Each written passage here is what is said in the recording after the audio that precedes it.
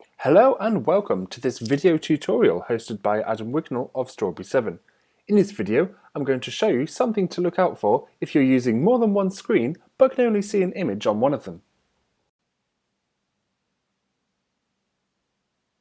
In a school classroom scenario, you have the teacher's computer on the desk, and you may also have a projector or interactive display connected as well.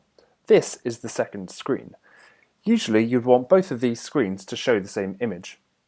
If you're in the school office using two screens on one computer, you probably won't want both screens to show the same image.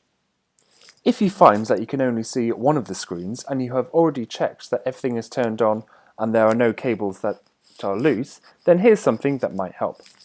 Right-click on the desktop and select Display Settings.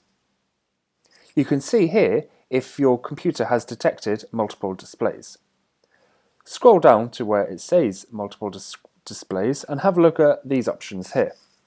If it says show only on one or only on two, then one of your screens will be turned on and working and the other will be blank. As using this setting, you're telling the computer that you only want to use one of the screens. In a classroom, you want to use the duplicate these displays setting, as this will make the teacher's computer screen and projector screen both look the same.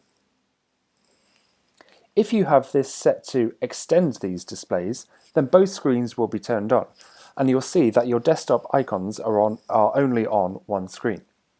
You'll notice if you run your mouse over the edge of the screen, then it will move onto the next screen. You'd want to use this setting if you're using two screens in an office environment, as it can be very helpful having multiple windows open across multiple displays. Finally, as always, thank you for watching. That concludes this video tutorial. If you have any questions, please post them in the comments below. If you have any suggestions for more videos you'd like to see, let us know. If you liked this video, please consider leaving us a like and subscribing to our channel for all the latest updates.